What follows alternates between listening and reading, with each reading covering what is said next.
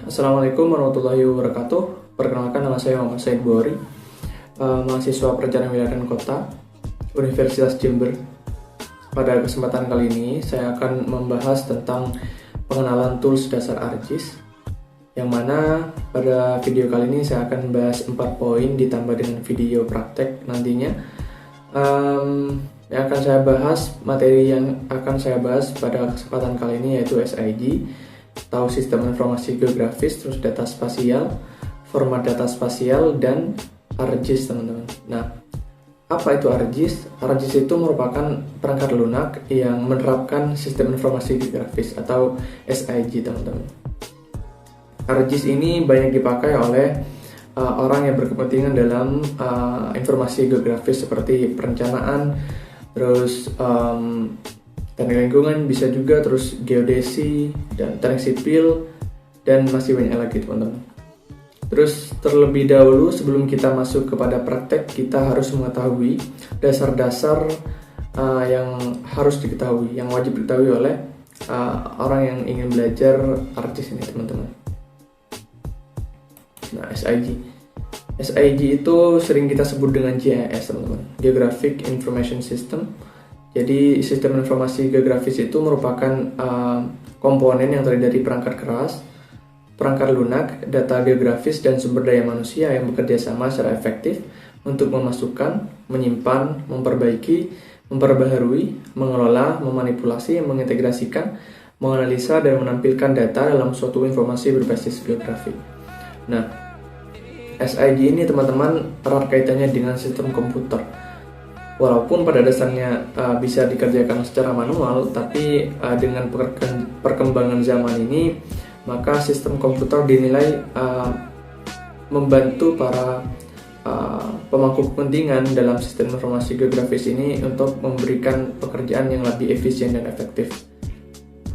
Bisa dikatakan kalau SIG ini merupakan suatu sistem informasi berbasis komputer untuk mengolah sistem informasi geografis, mengolah, terus menyimpan, memanipulasi, dan mengintegrasikan data spasial, teman. Terus selanjutnya yaitu SIG ini membutuhkan data, teman-teman. Sistem informasi geografis ini membutuhkan data. Data yang diperlukan dalam SIG ini atau GIS ini yaitu dinamakan data spasial, teman-teman. Apa itu data spasial? Data spasial itu merupakan sebuah data yang berorientasi geografis, memiliki sistem koordinat tertentu sebagai dasar referensinya, dan mempunyai dua bagian penting yang membuatnya berbeda dari data lain, yaitu informasi lokasi yang sering kita sebut spasial, dan informasi deskriptif atau atribut. Nah, apa bedanya informasi lokasi dan informasi deskriptif? Kalau informasi lokasi itu berkaitan dengan suatu koordinat, baik koordinat geografi dan koordinat X, Y, Z, termasuk diantaranya informasi datum dan proyeksi.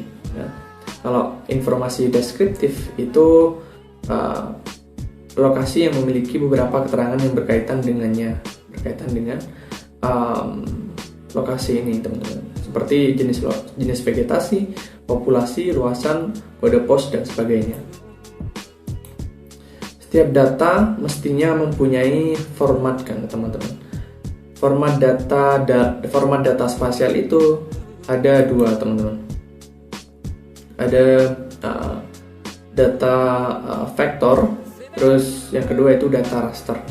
Kalau data vektor itu apa itu data vektor? Data vektor itu bentuk bumi yang direpresentasikan ke dalam kumpulan garis area, daerah yang dibatasi oleh garis yang berawal dan berakhir pada titik yang sama. Titik dan nodes merupakan titik perpotongan antara dua buah garis. Nah, data raster itu disebut juga dengan cell grid, teman-teman. Itu merupakan data yang dihasilkan dari sistem penghindaran jauh. Pada data raster, objek geografis direpresentasikan sebagai struktur sel, maksud saya struktur sel grid yang disebut dengan pixel, teman-teman. Jadi ini contohnya vektor dan raster. Nah, kalau saya contohkan kepada sesuatu yang mudah, teman-teman, itu ketika kita membuka Google Earth, teman-teman, jika kita menzoom sampai berapa kali atau 20 kali, itu mungkin ada seperti grid kotak-kotak gitu, teman-teman. Semakin kita menzoom itu, maka akan terlihat sel-sel grid seperti ini, teman-teman. Itu dinamakan pixel, teman-teman, picture element. Terus yang keempat yang akan kita bahas yaitu ArcGIS, teman-teman. ArcGIS ini memiliki beberapa aplikasi dasar. Yang pertama itu ArcMap, terus ArcSyn, ArcGlobe, dan ArcCatalog, teman-teman. Apa keempatnya ini? Apa kegunaannya? Kalau ArcMap ini sering digunakan untuk mengolah, membuat, menampilkan, memilih, editing, composing, dan publishing peta. Sedangkan ArcSyn ini digunakan untuk mengolah, menampilkan peta dalam bentuk 3D, teman-teman. Hampir sama dengan ArcSyn, ArcGlobe ini berfungsi untuk menampilkan peta-peta 3D. Namun kalau ArcGlobe ini dihubungkan ke dalam bentuk bola dunia dan dapat dihubungkan langsung dengan internet. Nah, kalau ArcGlobe ini harus menggunakan internet yang stabil, teman-teman. Terus yang terakhir yaitu ArcCatalog, teman-teman. ArcCatalog itu berfungsi sebagai mengatur atau mengorganisasi berbagai macam data spasial yang digunakan dalam pekerjaan SIG. Fungsi ini meliputi tool untuk menjelajah, mengatur, membagi, dan menyimpan data-data SIG, teman-teman. Mungkin itu materi keempat komponen dasar ini. Kita akan berpraktek untuk menggunakan aplikasi dasar ArcGIS ini, teman-teman. Nah, ini merupakan tampilan awal aplikasi ArcMap. Di sini ada beberapa file yang baru saja dikerjakan karena kita mau bekerja pada lembar kerja baru, maka kita close saja. Nah, seperti yang terlihat, teman-teman, di atas ini ada menu-menu yang di dalamnya ada submenu, teman-teman. Submenu ini memiliki fungsi khusus nantinya, teman-teman. Ada file, di sini ada new untuk membuat lembar kerja baru dengan seperti ini, blank map, oke, seperti itu. Terus ada open untuk membuka file yang sudah dikerjakan dan mau diperbaiki atau mau dikerjakan kembali. Terus save, ada save as, ada page and print setup. Ini merupakan untuk merubah ukuran dari lembar kerja kita. Di sini saya akan memakai A3, terus landscape, teman-teman. Oke saja. Kita tambahkan terlebih dahulu, teman-teman, biar jelas perubahannya. Kita bisa menambahkan dari sini, bisa juga dari sini, teman-teman. Nah, kita tambahkan dari sini saja. Oke. Kita cari yang akan kita masukkan. Administrasi desa saya ingin masukkan. Nah, buat teman-teman yang belum mempunyai SHP, teman-teman bisa download di internet Tanah Air. Itu di sana ada banyak, tinggal pilih, teman-teman. Bisa Kabupaten Pamekasan, bisa juga kabupaten lainnya. Nah, kebetulan saya berada di Kabupaten Pamekasan, jadi saya menggunakan Kabupaten Pamekasan sebagai contoh. Setelah mendownload, teman-teman, tidak langsung seperti ini. Jika teman-teman ingin seperti ini, maka tambahkan terlebih dahulu, teman-teman.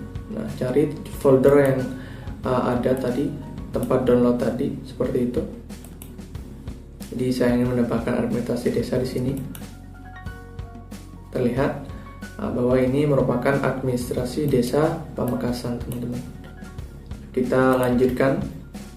Di sini ada print, ada export map. Nah, export map itu merupakan jika teman-teman ingin mengekspor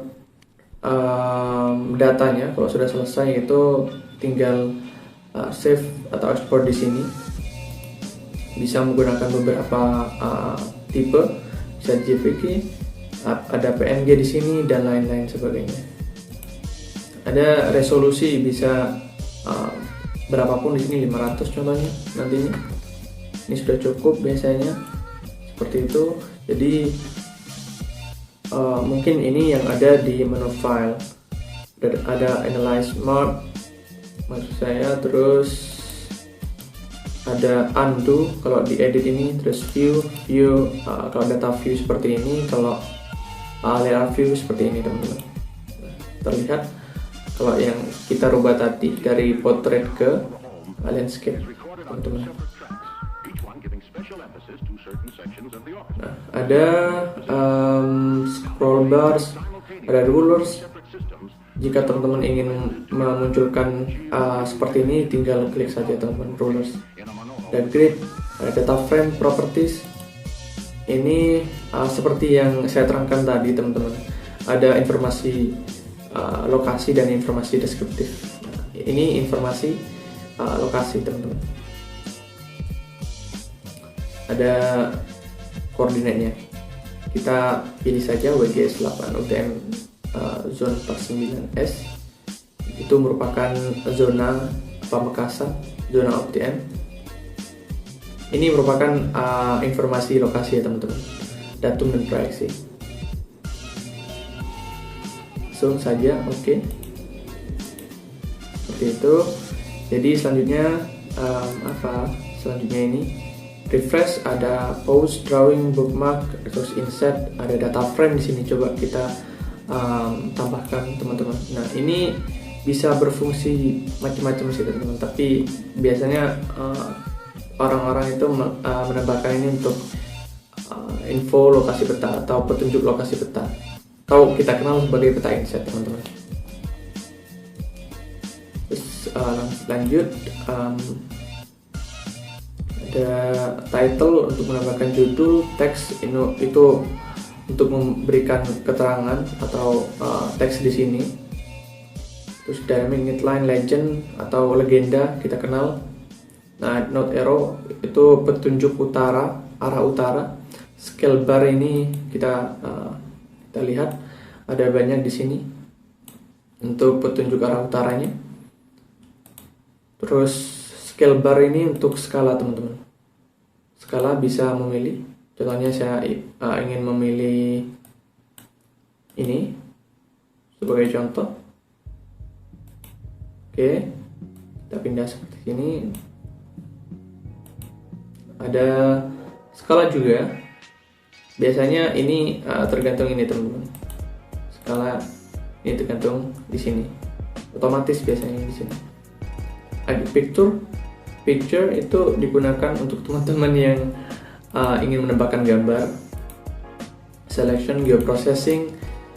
Ini submenu untuk teman-teman yang udah tingkat lanjut, kalau udah mengerti ini bisa menggunakan buffer, render, segment, merge, terus dissolve teman-teman. Customize ini toolbar. Ini toolbar itu untuk memunculkan menu bar teman-teman. Kalau kalian ingin bisa menggunakan toolbar di sini, bisa menggunakan klik kanan di daerah sini teman-teman. Seperti itu. Terus Windows, ini ada table of content, catalog, search, image. Nah, Windows ini ada di sini karena saya memunculkannya di menu bar. Seperti itu teman-teman. Jadi di bawah sini ada icon zoom di sini teman-teman. Jika kalian atau teman-teman men-zoom seperti ini, langsung saja. Nah, jika teman-teman ingin langsung ke posisi atau ukuran sebelumnya, maka tinggal klik full extend teman-teman, akan kembali seperti ukuran semula. Ini zoom out, ini zoom in, ini sama sebenarnya. Zoom in to zoom out, ini go back previews, sama itu seperti frame-nya kembali. Full extend lagi teman-teman. Ini identify teman-teman. Ini icon identify untuk menunjukkan identifikasi dari situ wilayah. Ini contohnya. Maka ini berada di mana, ini berada di bujur barat. Ini merupakan titik koordinatnya teman-teman, seperti itu. Terus ada measure teman-teman. Kalau teman-teman ingin mengukur, seumpama ingin mengukur dari ini, kita atur dahulu. Misalnya ya kita ambil kilometer saja. Kita ingin mengukur dari sebelah utara atau selatan Pamekasan ke sebelah utara. Jadi secara kasar itu jarak dari sisi selatan sampai utara itu sekitar 40 km teman-teman. Jadi seperti itu teman-teman. Jika ingin mengukur, ada find di sini. Terus di sini untuk untuk mengatur dari frame ini teman.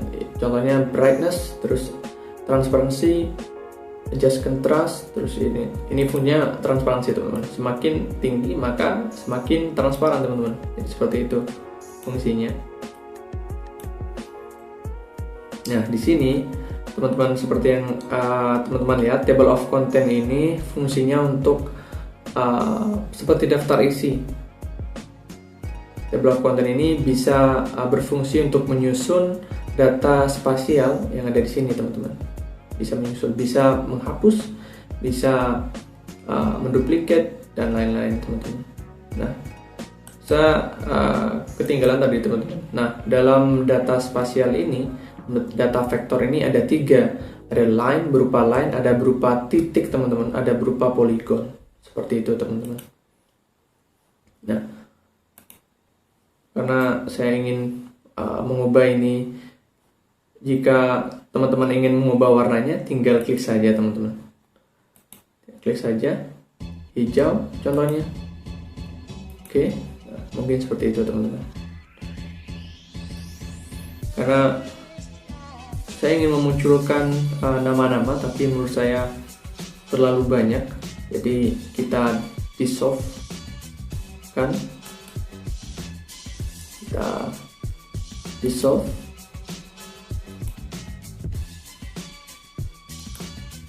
Nah,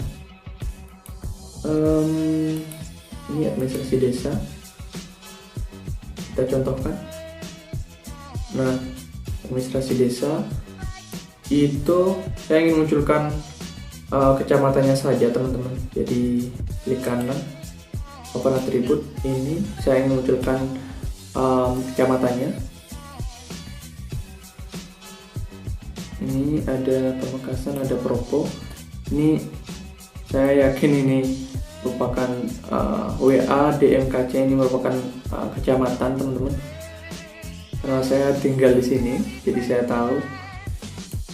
Kita pilih WDMKC ya teman-teman. WDMKC ini merupakan data kecamatan WADMKC. WADMKC yang betul ini. Tinggal select ini, terus kita ingin menambahkan apa, kecamatan misalnya. Kecamatan. Nah, kecamatan Pamekasan.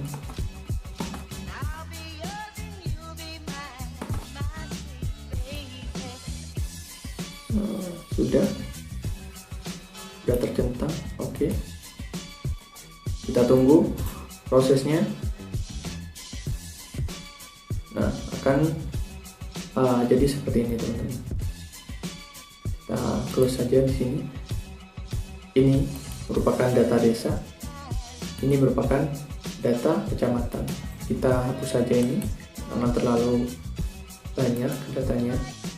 Kita contohnya kita ingin memberikan warna masing-masing teman-teman.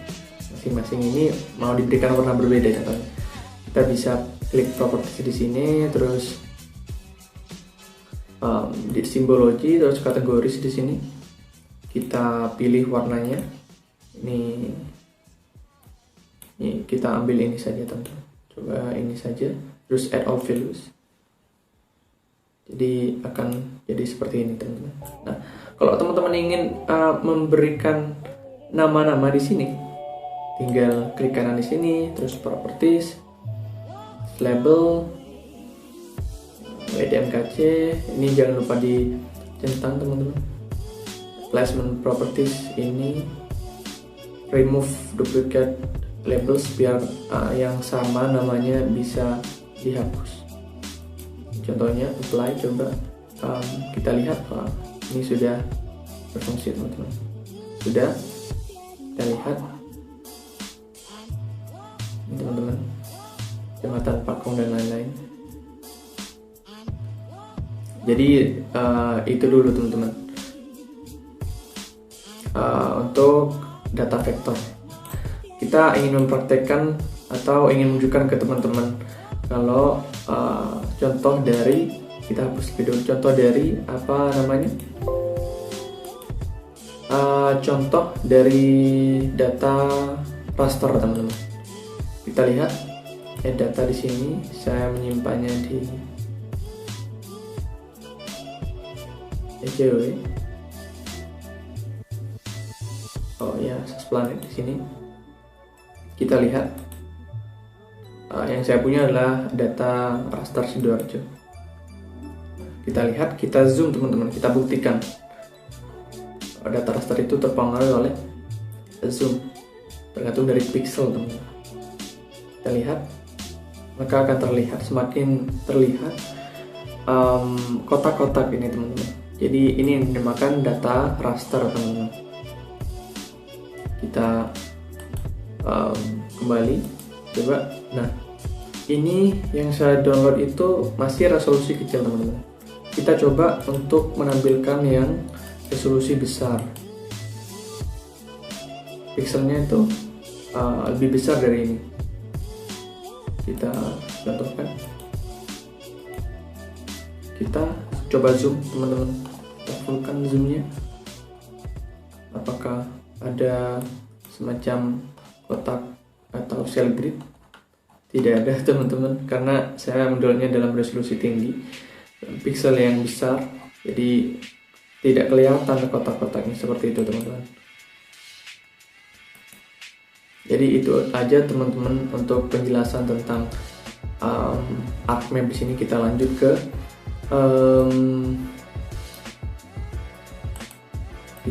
ke Arsin teman-teman. Ini merupakan tampilan awal dari aplikasi Arsin teman-teman. Jadi lihat hampir sama.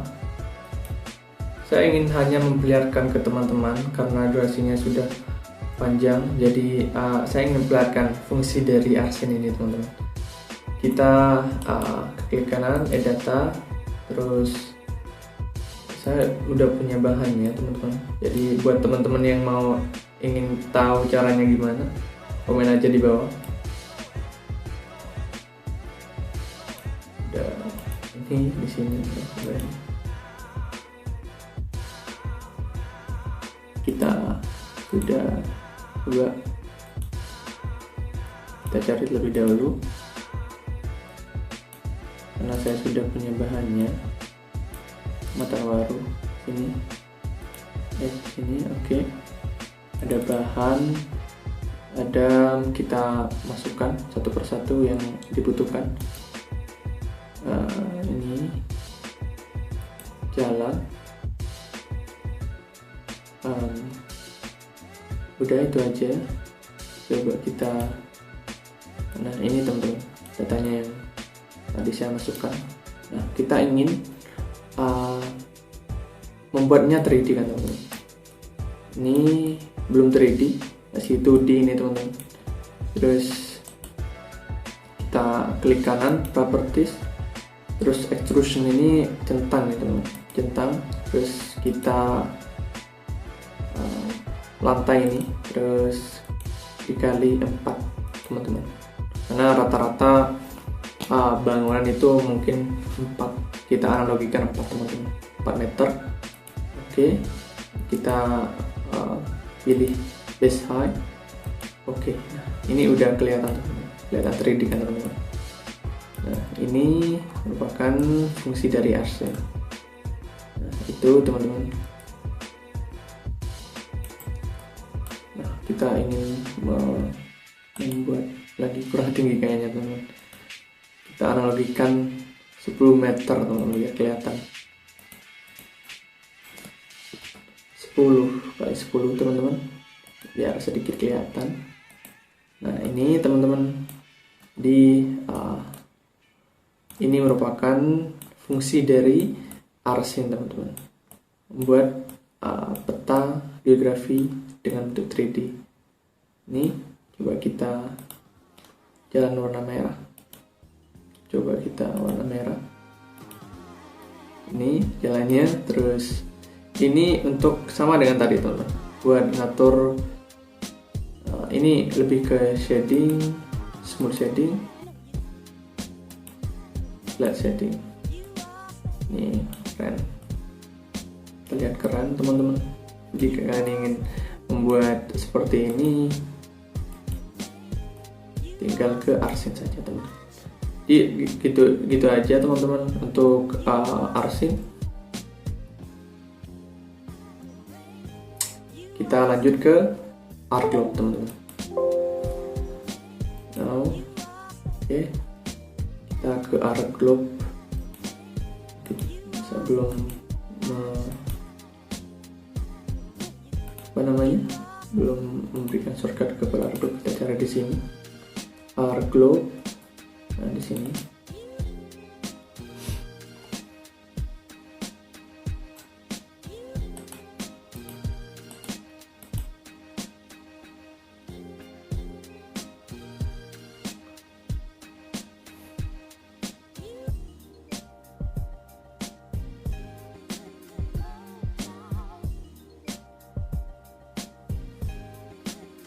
Nah, ini merupakan tampilan awal dari aplikasi Artglobe teman-teman.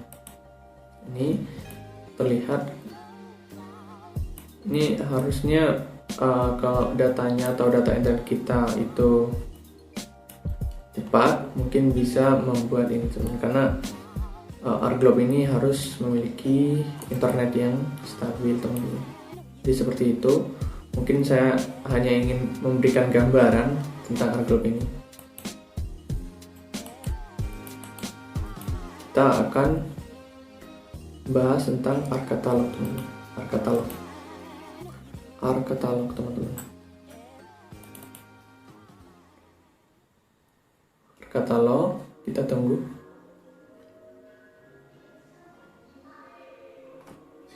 Nah, ini merupakan tampilan dari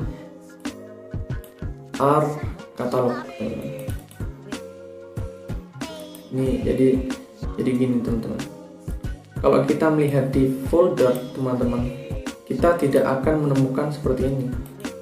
Kita hanya menemukan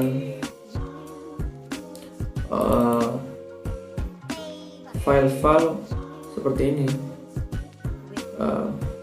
Sampai terus Kabupaten Pamekasan tadi, Pamekasan, Mojokerto, ada banyak.